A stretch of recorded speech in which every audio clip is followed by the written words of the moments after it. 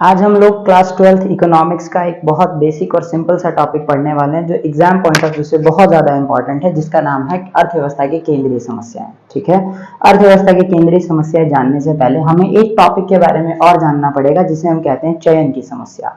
ठीक है, चयन की समस्या का क्या अर्थ होता है, क्योंकि चयन की समस्या से ही क्या मिलता है, चयन की समस्या से ही हमारा अर्थव्यवस्था की केंद्रीय समस्याएं उत्पन्न होती हैं। चयन की समस्या को हम क्या बोलते हैं, प्रॉब्लम ऑफ चॉइस भी कहा जाता है।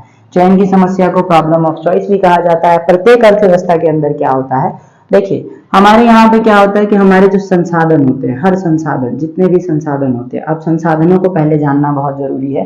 संसाधन का मतलब वह वस्तु या वह चीज जिससे हम क्या करते हैं, अपने आवश्यकताओं को पूरा करते हैं, जिनसे हम अपनी मूलभूत आवश्यकताओं को, जैसे कि भूमि, जैसे कि अपने खाने पीने की आवश्यकताओं को, जैसे कि धन से संबंधित आवश्यकताओं को, जैसे कि और बहुत सारी हमारी जो जरूरतें हैं, हम जिन जिन वस्तुओं से अपनी जरूरतों को पूरा करते हैं उन्हें हम संसाधन कहते हैं। और आप लोगों को पता होगा कि हमारे देश के अंदर, हमारा देश ही नहीं बल्कि पूरे विश्व में जो संसाधन होते हैं वो कैसे होते हैं, दुर्लभ होते हैं। दुर्लभ का मतलब क्या है कि ये एक सीमित मात्रा में पाए जाते हैं। जितने भी हमारे संसाधन हैं वो सभी संसाधन सीमित मात्रा में पाए जाते हैं। ठीक है जी, किसमें पाए जाते हैं, सीमित मात्रा में पाए जाते हैं। कहने का अर्थ क्या है कि हमारी आवश्यकताओं को, हमारी जरूरतों को पूरा करने के लिए जिन वस्तुओं का इस्तेमाल हम लोग करते हैं वो सभी वस्तुएं हमारे यहाँ सीमित मात्रा में है। ठीक है, अब हम बात करते हैं कि ये सीमित मात्रा में संसाधन क्या है। तो हमने अपने संसाधनों को कुछ बेसिक गिनी चुनी कैटेगरीज में ड्राइव कर रखा है, तोड़ रखा है। जैसे कि एक हमारा बेसिक संसाधन बनता है जिसको हम बोलते हैं भूमि, यानी कि बिना जमीन के, बिना भूमि के हम लोग कोई भी काम नहीं कर सकते। तो भूमि हमारे लिए एक संसाधन है। और आपको एक बात पता होनी चाहिए कि मानव के उपयोग लायक जो भूमि है वो सीमित मात्रा में है। हर व्यक्ति के पास, हर पर्सन के पास, हर समुदाय के पास, हर देश के पास भूमि क्या है, सीमित मात्रा में पाई जाती है। इसके अलावा अगर हम और संसाधनों की बात करें तो पूंजी, पूंजी भी हमारे लिए एक बहुत ही सीमित संसाधन के रूप में पाई जाती है। हर व्यक्ति के पास, हर देश के पास, हर समाज में, हर कम्युनिटी के पास जो पैसा होता है वो सीमित मात्रा में पाया जाता है। तो पूंजी हमारी सीमित संसाधन है।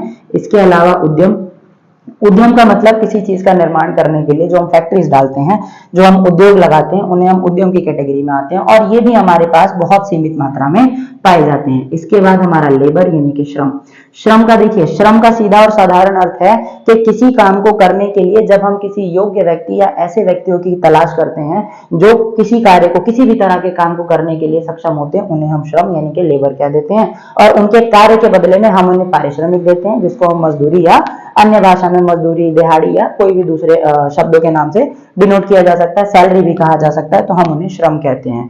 और इन सभी चीजों को कंट्रोल करने वाला एक नया जो हमारा क्या है, जिसको हम बोलते हैं उद्यमिता, एक नया संसाधन है उद्यमिता। उद्यमिता का मतलब एक वह व्यक्ति, वह पर्सन जो क्या करता है, इन सभी संसाधनों को काम करने के लिए, इनको एग्जीक्यूट करने के लिए काम करता है, उस व्यक्ति को हम उद्यमिता कहते हैं। और आपको पता होना चाहिए कि हमारे देश के अंदर ही क्या, बल्कि पूरे विश्व में जितने भी विश्व हैं, पूरे विश्व के अंदर जितने भी देश हैं, उन सभी देशों में ये हमारे संसाधन सीमित मात्रा में पाए जाते हैं, जिन्हें हम दुर्लभ संसाधन कहते हैं। लेकिन प्रॉब्लम क्या है कि इन दुर्लभ, ये संसाधन तो हमारे पास सीमित हैं, लेकिन इन संसाधनों को, जिनकी वजह से इन संसाधनों का उपयोग जो हम अपनी आवश्यकताओं को, अपनी जरूरतों को या फिर हम कहते हैं कि अपनी आवश्यकताओं को पूरा करने के लिए हम जिन जिन संसाधनों का उपयोग करते हैं वो संसाधन क्या है, सीमित मात्रा में है। लेकिन हमारी जरूरतें, हमारी जो आवश्यकताएं हैं वो कभी खत्म ही नहीं होती हैं। अगर आप इंडिविजुअल लेवल की बात करो तो हमें, हमारी आवश्यकताएं कभी खत्म नहीं होती हैं। अगर आप देश के लेवल की बात करो तो हमारी जरूरतें कभी भी खत्म नहीं होती हैं। तो हमारे जो आवश्यकताएं होती हैं वो कैसी होती हैं, असीमित होती हैं। क्या होती हैं, असीमित, अनलिमिटेड वांट्स। जो हमारी वांट्स हैं, हमारी आवश्यकताएं हैं, वो कैसी होती हैं, हमारी वांट्स जो होती हैं वो अनलिमिटेड होती हैं। अब क्योंकि हमारी वांट्स अनलिमिटेड है, यानी कि हमारी आवश्यकताएं कभी खत्म नहीं हो सकती, और जो हमारे संसाधन है, यानी कि जो हमारे रिसोर्सेज हैं, वो लिमिटेड है, तो हमें क्या करना पड़ता है, हमें अपने अनलिमिटेड वांट्स को फुलफिल करने के लिए अपने संसाधनों का क्या करना पड़ता है, ऑप्शनल यूज चुनना पड़ता है। क्या करना पड़ता है, देखिए दो चीजें काम करती हैं किसी भी अर्थव्यवस्था के अंदर उसकी आवश्यकताओं को पूर्ण करने के लिए। मान के चलिए कि ये आपकी क्या है, आपकी आवश्यकताएं हैं। ठीक है, हमारी आवश्यकताएं जो क्या है, असीमित हैं।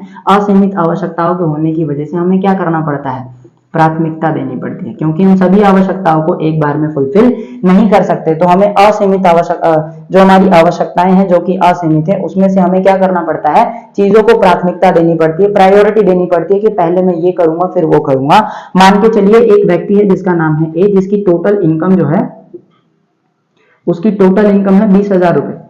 ठीक है, एक व्यक्ति है जिसकी टोटल इनकम, मंथली इनकम 20,000 रुपए है और उसकी जरूरत है कि उसे एक मोबाइल फोन की जरूरत है, उसे एक मोबाइल फोन चाहिए, उसे एक वॉशिंग मशीन की जरूरत है, उसे एक वॉशिंग मशीन खरीदना है और उसे एक फ्रिज खरीदना है। ठीक है, हम लोग इन तीन चीजों की बात करते हैं। तो अब बात करते हैं, क्योंकि उसकी इनकम लिमिटेड है और उसकी जरूरतें अभी यहाँ पे 3 आवश्यकताएं हैं, इसके अलावा भी बहुत आवश्यकताएं होंगी, लेकिन क्योंकि उसकी इनकम सोर्स लिमिटेड है तो उसे इन तीनों में से किसी एक को प्रायोरिटी देनी पड़ेगी कि या तो मैं इसे खरीदूं, इसे खरीदूं या इसे खरीदूं, वो उसकी जरूरत पर डिपेंड करेगा। इसी को बोलते हैं कि असीमित आवश्यकताओं में से हमें प्राथमिकता देनी पड़ती है।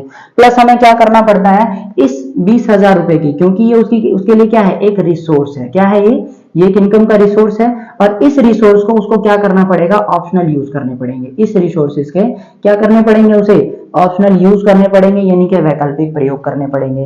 कहने का अर्थ क्या है कि इन 20,000 रुपयों को वो चाहे तो वॉशिंग मशीन में खर्च कर ले, वो चाहे तो फ्रिज में खर्च कर ले, वो चाहे तो मोबाइल के लिए खर्च कर ले, वो चाहे तो किसी और दूसरे खाने पीने राशन के लिए खर्च कर ले, वो उसके ऊपर है। इसका मतलब पैसे वही है, वही 20,000 रुपए हैं, लेकिन इसे हर बार क्या करना पड़ रहा है, अपने इस रिसोर्सेज में से, जो इसके पास लिमिटेड रिसोर्स है, उसमें से इस रिसोर्स का क्या करना पड़ता है, ऑप्शनल यूज डिटरमाइन करना पड़ता है। ठीक है, तो इसी को हम अर्थव्यवस्था में चयन की समस्या कहते हैं, जिसको अगर हम आसान भाषा में समझे तो क्या कहा जाएगा कि असीमित आवश्यकताओं और संसाधनों के सीमित होने की वजह से हमें अपने संसाधनों का वैकल्पिक प्रयोग संभव करना पड़ता है एवं अपनी प्राथमिकता के अनुसार अपने संसाधनों को क्या करना पड़ता है, चुनना पड़ता है, जिसे एक अर्थव्यवस्था में चयन की समस्या कहा जाता है। क्या कहा जाता है, एक अर्थव्यवस्था में चयन की समस्या।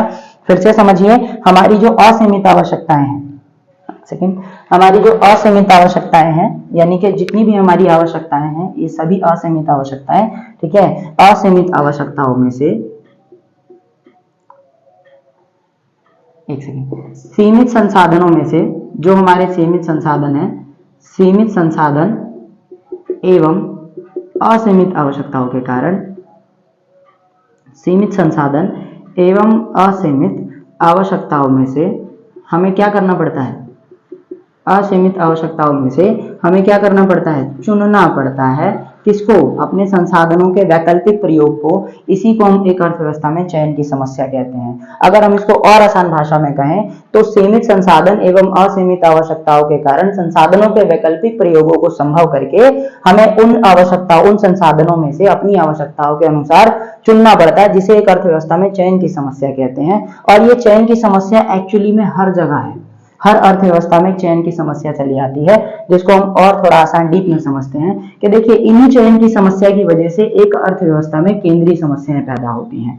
ठीक है, इससे पहले हमें ये जानना पड़ेगा कि अर्थव्यवस्था क्या है। तो अगर हम अर्थव्यवस्था की बात करते हैं तो अर्थव्यवस्था का मतलब एक ऐसा तरीका, एक ऐसा सिस्टम जिसके अंदर क्या होता है, एक ऐसी आर्थिक प्रणाली जिसके अंदर क्या किया जाता है, प्रत्येक देश अपनी आर्थिक व्यवस्था को सेट करता है, प्रत्येक देश क्या करता है, एक ऐसी व्यवस्था को अपनाता है जिसकी वजह से उसे क्या करना पड़ता है, अपनी देश की संचालन करना पड़ता है, अपने देश की आर्थिक सीमाओं को सेट करना पड़ता है, अपने देश की आर्थिक व्यवस्था को सुचारू रूप से चलाना पड़ता है। तो वो अपने देश की आर्थिक आवश्यकताओं को पूरा करने के लिए जिस व्यवस्था का इस्तेमाल करता है चलाने के लिए, उसी को उस देश की अर्थव्यवस्था का क्या कहा जाता है, उस देश की अर्थव्यवस्था कहा जाता है। ठीक है, और अगर हम बात करें अर्थव्यवस्था में तो हमारे यहाँ कई तरह की अर्थव्यवस्थाएं काम करती हैं। ठीक है, अगर हम मेजर अर्थव्यवस्थाओं की बात करें तो हमारे यहाँ 3 तरह की अर्थव्यवस्था काम करती है। एक पूंजीवादी अर्थव्यवस्था, ठीक है, एक पूंजीवादी अर्थव्यवस्था, पूंजीवाद अर्थव्यवस्था, एक समाजवाद अर्थव्यवस्था, ठीक है, एक समाजवाद अर्थव्यवस्था, और तीसरी जो काम करती है वो है मिश्रित अर्थव्यवस्था। ठीक है, पूंजीवाद, समाजवाद और मिश्रित अर्थव्यवस्था। अब समझते हैं कि इसमें क्या बात होती है। तो यहाँ पे जो कंट्रोल होता है, यानी कि यहाँ पे जो नियंत्रण होता है, इस देश के अंदर जो भी आर्थिक प्रणाली का नियंत्रण होगा, यानी कि पूंजीवादी अर्थव्यवस्था में जो नियंत्रण होगा, कंट्रोल होगा अपने देश की आर्थिक आवश्यकताओं को पूरा करने के लिए, वो किनके पास होगा, निजी व्यक्तियों के हाथ में होता है। किसके पास होता है?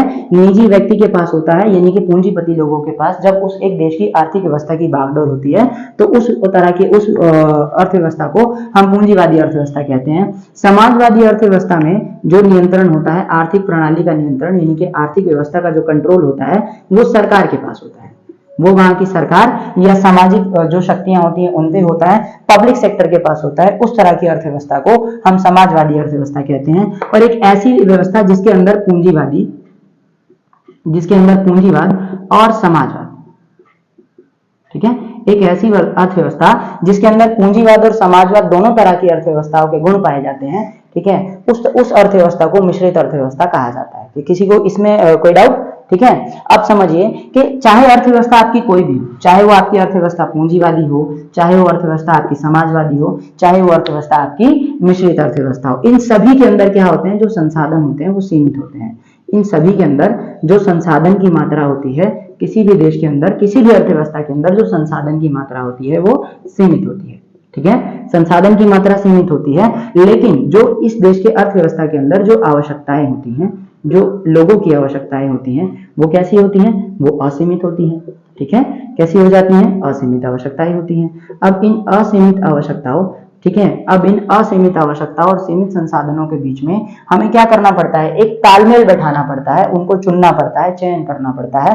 ठीक है, इसी को हम अर्थव्यवस्था में किसी भी अर्थव्यवस्था की केंद्रीय समस्याएं कहते हैं, जहां पे क्या करना पड़ता है? हमारे असीमित आवश्यकताओं में से जो सीमित संसाधन है, उनके असीमित आवश्यकताओं और सीमित संसाधनों के बीच में एक तालमेल बैठाना पड़ता है, एक व्यवस्था सेट करनी पड़ती है। उसी व्यवस्था को, उसी प्रॉब्लम को, उसी चीज को, उस तरीके को क्या कहा जाता है? अर्थव्यवस्था की केंद्रीय समस्याएं कहा जाता है। ठीक है, आप इसको फटाफट से स्क्रीनशॉट ले लीजिए इसका, फिर हम लोग आगे बढ़ते हैं। ठीक है, ओके, तो इसी को हम अर्थव्यवस्था की केंद्रीय समस्या कहते हैं। और मूलतः किसी भी अर्थव्यवस्था के अंदर, अगर हम प्राइमरली देखें, किसी भी अर्थव्यवस्था में जो केंद्रीय समस्याएं होती हैं, किसी भी अर्थव्यवस्था के अंदर जो केंद्रीय समस्याएं होती हैं वो तीन तरह की होती हैं। किसी भी अर्थव्यवस्था के अंदर जो केंद्रीय समस्याएं होती हैं वो प्राइमरली तीन तरह की होती हैं। कौन कौन सी? पहली अर्थव्यवस्था होती है क्या उत्पादन करें, क्या उत्पादन करें एवं कितनी मात्रा में करें।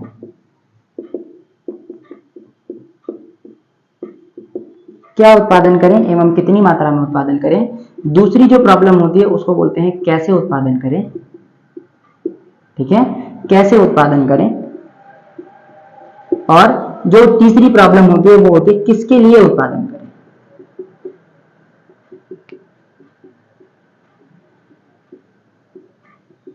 प्रत्येक अर्थव्यवस्था में ये तीन तरह की समस्याएं आपको देखने को मिलती हैं, जिनको हम इन तीनों समस्याओं को अर्थव्यवस्था की केंद्रीय समस्याएं कहते हैं।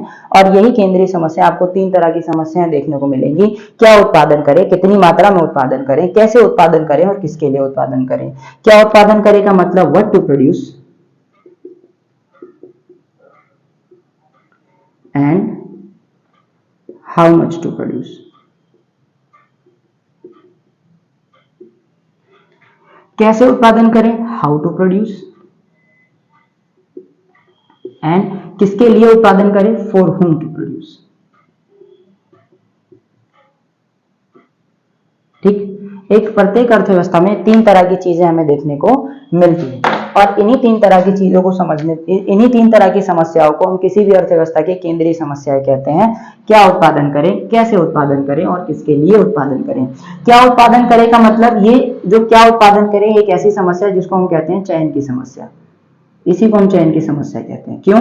क्योंकि देखिए होता क्या है, किसी भी अर्थव्यवस्था के अंदर, जो भी हमने अभी पढ़ा कि प्रत्येक अर्थव्यवस्था के अंदर क्या होता है, हमें ये चुनना पड़ता है कि हम किन चीजों का, किन वस्तुओं का और कितनी मात्रा में उत्पादन करें।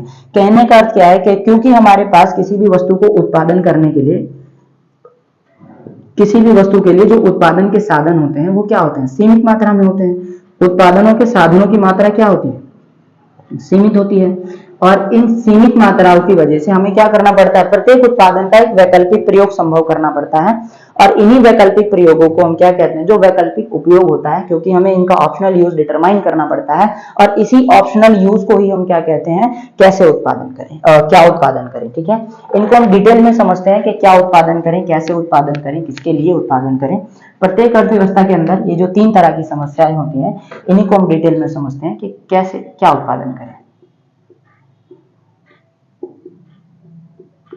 ये एक अर्थव्यवस्था की सबसे मेजर प्रॉब्लम है। अब इसको थोड़ा डिटेल में समझा जाए कि क्या उत्पादन करे का मतलब क्या है। ठीक है, क्या उत्पादन करे को अगर हम आसानी से समझे तो ये कहता है कि हमारे यहाँ पे किसी भी वस्तु को उत्पादन करने के लिए, किसी भी वस्तु का उत्पादन करने के लिए जो हमारे पास साधन है, क्या है, उत्पादन के लिए जो हमारे पास साधन है, उनकी मात्रा कैसी है, सीमित है।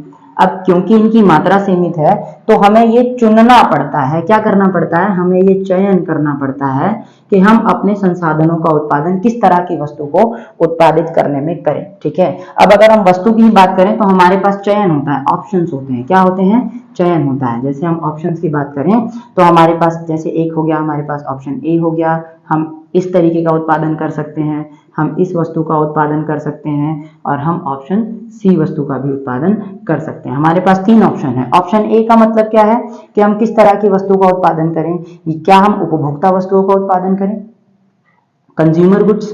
ठीक है, किसका उत्पादन करें, उपभोक्ता वस्तुओं का। ठीक है, उपभोक्ता की वस्तुओं का उत्पादन करें, जैसे कि गेहूं, चावल, रोटी, कपड़ा। जैसे कि गेहूं हो गया, चावल हो गया, ठीक है, रोटी हो गया, कपड़ा हो गया। ठीक है, हमारे पास एक प्रॉब्लम ये है कि क्या हम उपभोक्ता की वस्तुओं को उत्पादन करें या फिर हम क्या करें, पूंजीगत वस्तुओं का उत्पादन करना शुरू कर दें, पूंजीगत वस्तुओं का उत्पादन करें।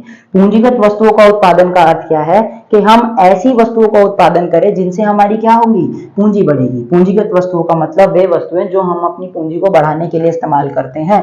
जैसे कि हम लोग मशीन का उत्पादन करें, ठीक है, हम लोग मशीन का उत्पादन करें, औजारों का उत्पादन करें, ठीक है, औजार यानी कि टूल्स का उत्पादन करें, ये हमारे लिए पूंजीगत वस्तु हो जाती हैं। बिल्कुल सही। क्या हम इन वस्तुओं का उत्पादन करें या फिर हमारे पास एक ऑप्शन और हो जाता है कि क्या हम अपनी आवश्यक वस्तुओं का उत्पादन करें। अब आपको यह समझना बहुत जरूरी है कि ये आवश्यक वस्तुएं क्या हैं। आवश्यक वस्तुओं का मतलब वे वस्तुएं जो हमारे जीवन जीने के लिए बहुत जरूरी हैं, जैसे कि रोटी, कपड़ा और आपके खाने पीने की चीजें। ठीक है, जैसे कि आपके लिए मेडिसिन हो गई, दवाइयां हो गई, दवाई बहुत इंपॉर्टेंट है खाने के लिए। ठीक है, स्वास्थ्य हो गया, ठीक है, स्वास्थ्य हो गया। इसके अलावा हमारी शिक्षा हो गई, स्वास्थ्य शिक्षा की वस्तुओं का उत्पादन किया जाए, या फिर हमारे लिए क्या किया जाए, भोजन, भोज्य पदार्थों का उत्पादन किया जाए, तो ये हमारे लिए आवश्यक वस्तुएं होती हैं। लेकिन क्या केवल आवश्यक वस्तुएं ही जरूरी हैं? हमारे पास एक प्रॉब्लम ये भी आती है कि क्या हम भोग विलास की वस्तुओं का उत्पादन करें। भोग विलास की वस्तुएं, भोग विलास की वस्तुओं का मतलब वे वस्तुएं जो हमारी लग्जूरियस चीजें होती हैं। जैसे कि हम क्या करें, मदिरा का उत्पादन करें, पान का, मदिरा पान का उत्पादन, जैसे कि दारू हो गई, शराब हो गई, इनका उत्पादन करें, या फिर हम क्या करें, लग्जूरियस चीजें जैसे कि महंगी महंगी गाड़ियां, एक्सपेंसिव कार्स, एक्सपेंसिव गिफ्ट, इनका उत्पादन करना शुरू करें। तो एक ऑप्शन ये होता है हमारे पास। ठीक है, इसके अलावा हम क्या करें, हम और भी हमारे पास और बहुत सारे ऑप्शंस चले आते हैं। ठीक है, अगर हम क्या उत्पादन करें, कैसे उत्पादन करें में अगर हम वस्तुओं की बात करें तो हमारे पास और बहुत सारे ऑप्शन चले आते हैं, जैसे कि आवश्यक वस्तुएं, या फिर हम क्या करें, अब हम और भी क्या कर सकते हैं, हम निजी वस्तुओं का उत्पादन करें। किनका, निजी वस्तुओं का उत्पादन करें या सार्वजनिक वस्तुओं का उत्पादन करें। ठीक है, किनका उत्पादन, निजी वस्तुओं का उत्पादन या सार्वजनिक वस्तुओं का उत्पादन। अब निजी वस्तु इसके अंदर हमारी आ जाती है शराब हो गई, ठीक है, या फिर क्या हो गई, महंगी गाड़ियां हो गई, महंगी गाड़ी हो गई। ठीक है, इन सब चीजों का उत्पादन निजी वस्तु में क्या उत्पादन किया जाए, जैसे कि भवन, मकान, बिल्डिंगों का उत्पादन किया जाए, ये निजी वस्तुएं होती हैं जो किसी पर्टिकुलर पर्सन के लिए काम करती हैं। वो अपने लिए मकान बनाता है, घर बनाता है, ऑफिस बनाता है, बिल्डिंग बनाता है, ये सभी निजी वस्तुएं हैं। तो क्या इनका उत्पादन किया जाए या किनका उत्पादन किया जाए, सार्वजनिक वस्तुएं जैसे कि हॉस्पिटल्स, जैसे कि हमारे लिए स्कूल, कॉलेजेस, पुल, ब्रिजेस, पार्क, इनका उत्पादन किया जाए, तो ये वस्तुएं हमारे लिए सार्वजनिक वस्तुओं में चली आती हैं। ठीक है, तो हम इससे हम ये समझते हैं, हमें ये समझ में आता है कि हमारे पास क्या उत्पादन करें में उत्पादन के साधन सीमित मात्रा में हैं, और इन सीमित मात्रा में इन साधनों की सीमित मात्रा के कारण हमें चयन करना पड़ता है। हमारे पास बहुत सारे ऑप्शंस होते हैं, उन ऑप्शंस में से हमें चुनना पड़ता है कि हम किस वस्तु का उत्पादन करें, जैसे कि उपभोक्ताओं की वस्तुओं का उत्पादन करें जिसमें गेहूं, चावल, रोटी, कपड़ा आता है, या फिर हम पूंजीगत वस्तुओं का उत्पादन करें जिसके अंदर मशीन या औजार आते हैं, या फिर हम आवश्यक वस्तुएं जैसे दवाइयां, स्वास्थ्य, शिक्षा, इन वस्तुओं पर अपना उत्पादन करें, या फिर हम भोग विलास की वस्तुओं पर अपना उत्पादन करें। समझ में आ रहा है? और या फिर हम निजी वस्तुओं का उत्पादन करें जैसे निजी मकान, निजी भवन, निजी दुकान, ठीक है। या फिर हम क्या करें, सार्वजनिक वस्तुएं जैसे कि हॉस्पिटल हो गए, चिकित्सालय हो गए, ठीक है, हॉस्पिटल्स हो गए, मेडिकल्स हो गए, इसके अलावा यूनिवर्सिटीज हो गई, कॉलेज हो गए, क्या पार्क हो गए, इन सब का उत्पादन करें। तो ये है हमारी ओवरऑल क्या आपकी अर्थव्यवस्था की पहली केंद्रीय समस्या, क्या उत्पादन करें। और इसी के साथ एक और समस्या चली आती है कि भाई हमने जब हम ये चुन लेते हैं कि क्या उत्पादन करें, मतलब हमने इसमें से, इन सभी में से कोई भी एक ऑप्शन, या और भी बहुत सारे ऑप्शन हैं, इन सभी ऑप्शंस में से अगर हम कोई एक ऑप्शन चुन लेते हैं तो हमें इनमें यह भी देखना पड़ता है कि हम कितनी मात्रा में उत्पादन करें। जैसे अगर गेहूं, चावल, रोटी उगाना है तो कितनी मात्रा में इनका उत्पादन किया जाए, कितनी क्वांटिटी होनी चाहिए, ये भी हमारी क्या है, क्या उत्पादन करें के समस्या के अंदर आती है। ठीक है जी, ये हमारी तीन तरह की, ये हमारी अर्थव्यवस्था की क्या उत्पादन करें की समस्या है, जिसको हम आसान भाषा में चयन की समस्या भी कहते हैं। ठीक है, क्या उत्पादन करें, जिसको हम आसान भाषा में चयन की समस्या भी कहते हैं। इसके बाद आपकी जो अर्थव्यवस्था की दूसरी प्रॉब्लम आती है जिसको हम बोलते हैं कैसे उत्पादन करें। ठीक है, ये हमारी अर्थव्यवस्था की दूसरी समस्या होती है जिसको हम बोलते हैं कैसे उत्पादन करें। इसको हम बेसिकली, इसमें हमें क्या चुनना पड़ता है, उत्पादन की तकनीक को चुनना पड़ता है। इसके अंदर हम क्या करते हैं, अपने उत्पादन की तकनीक को चुनते हैं। किसको चुनते हैं, उत्पादन की तकनीक, यानी कि टेक्नोलॉजी। ठीक है, टेक्निक ऑफ योर प्रोडक्शन, इसको चुना जाता है उत्पादन की तकनीक को। और अगर हम बात करें तो उत्पादन की तकनीक मुख्यतः दो भागों में बटी हुई है। एक हमारी होती है पूंजी प्रधान तकनीक, ठीक है, एक हमारी होती है पूंजी प्रधान तकनीक और दूसरी होती है हमारी श्रम प्रधान तकनीक। ठीक है, पूंजी प्रधान तकनीक और श्रम प्रधान तकनीक। अब समझते हैं कि पूंजी प्रधान तकनीक और श्रम प्रधान तकनीक क्या है। तो कैसे उत्पादन करें के अंदर पूंजी प्रधान तकनीक का मतलब है कि हम अपनी अर्थव्यवस्था में ऐसी तकनीक का इस्तेमाल करें जहां पे श्रम की आवश्यकता क्या हो, श्रम जो है वो कम हो। किसके कंपैरिजन में, पूंजी के कंपैरिजन में। मतलब पैसा ज्यादा लगाया जाए और आदमियों को काम पर कम रखा जाए। इस तरह की अर्थव्यवस्था को, इस तरह की जो टेक्निक होती है जिसके अंदर हम पैसा ज्यादा लगाते हैं और आदमी कम रखते हैं, उस तरह की प्रॉब्लम को हम पूंजी प्रधान तकनीक कहते हैं। जहां पे श्रम की मात्रा कम होती है और किसकी, पूंजी की मात्रा ज्यादा होती है।